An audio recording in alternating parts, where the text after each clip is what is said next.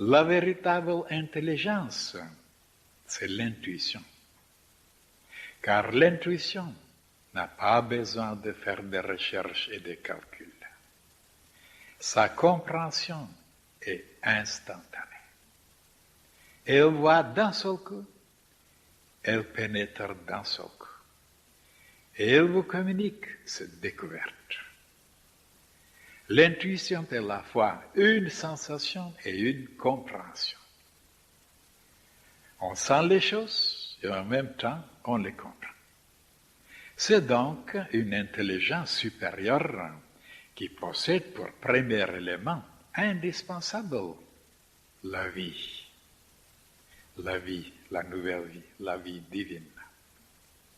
Et quand on a cette intelligence, quand on l'aime, quand on croit en elle, quand on l'admire, là où tout le monde se casse la tête, on comprend immédiatement tout.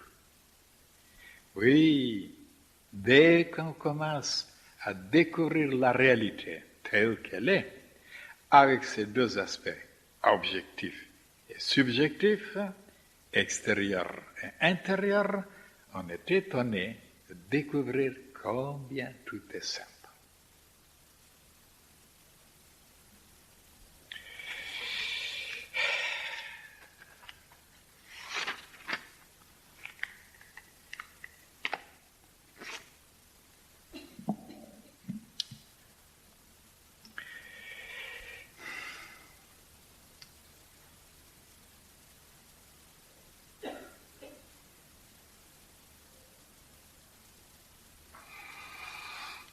Voilà une page, mes chers frères et sœurs, qui est un peu incompréhensible, pas tellement claire. Et si je ne vous donne pas certaines explications, on dira, oui, je comprends l'intuition.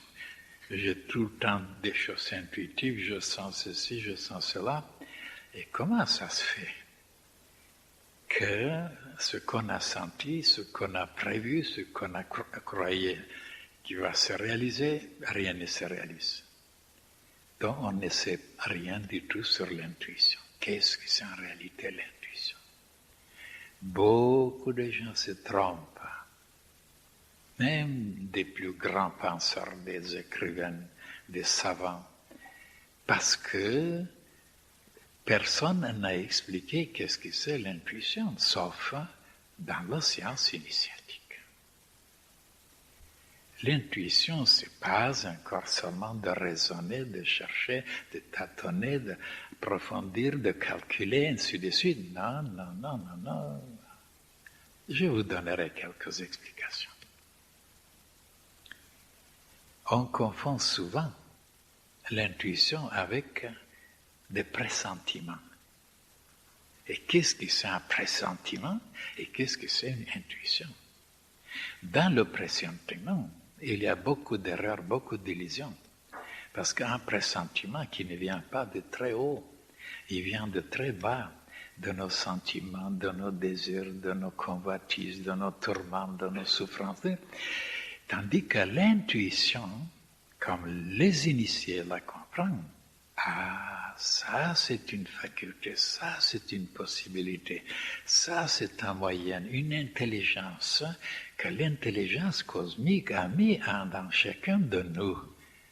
Donc nous avons cette intuition quelque part en nous, c'est-à-dire un appareil, une machine, une faculté qui a les possibilités de voir instantanément, de calculer tout et d'un seul coup de nous le dire, de le résumer. À peu près, si vous voulez que je vous donne une image maintenant avec les ordinateurs, avec les machines électroniques, comment ça se fait d'un seul coup, certains calculs, certaines conclusions.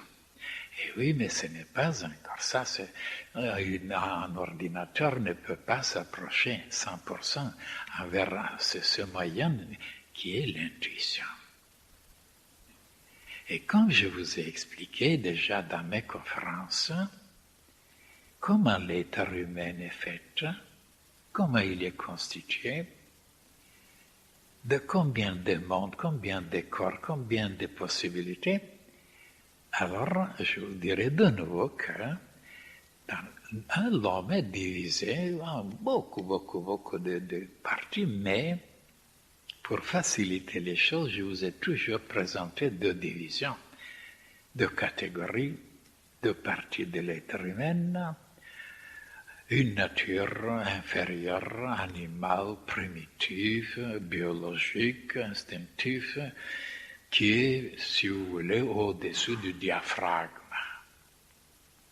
Et une autre nature qui est intelligente, qui est plus raisonnable, qui est plus élevée, qui est plus subtile, plus céleste, la nature divine que nous avons appelée la personnalité la première et l'individualité la deuxième.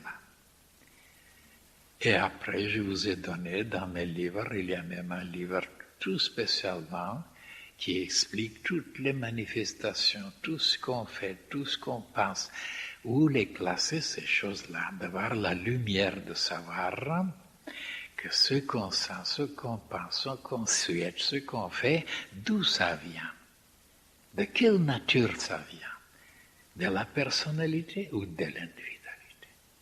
Alors maintenant, qu'est-ce que c'est l'intuition? L'intuition, c'est une vision par l'esprit sur les choses extérieures et sur les choses intérieures, en même temps, les deux côtés. Et si à ce moment-là, le disciple, imprégné, influencé, amélioré par la lumière de l'enseignement, il se décide à vivre une vie convenable, une vie raisonnable, une vie harmonieuse, une vie de pureté. Alors il prépare tout son être à vibrer en unisson avec ses intelligences en haut qui sont en lui-même, avec ses facultés, et il commence à capter, il commence à saisir, il commence à recevoir des choses, mais alors des découvertes, des révélations extraordinaires qui sont dans le monde divin et dans le monde aussi astral, et ainsi de suite, occulte. Et pourquoi maintenant on n'arrive pas à avoir des découvertes, des révélations? Parce qu'on vit une vie chaotique. Une vie désordonnée, une vie tellement malpropre. On est en train de se disloquer, de se désagréger, même d'être ankylosé et même de pourrir presque. Tellement on mélange les choses, tout en dedans, tout ce qui est pur et impur, mélangé, et alors les hommes s'imaginent et que ça n'a aucune importance pour leur entendement, pour leur développement, pour leur évolution, pour leur compréhension, et ils n'ont pas étudié la nature humaine, que tout se reflète. Et c'est ça qui empêche de pouvoir pénétrer dans les régions sublimes et voir des choses de l'avenir ou de passé lointain. Et c'est ça l'intuition. L'intuition ne trompe jamais. Jamais. Mais les pressentiments trompent souvent.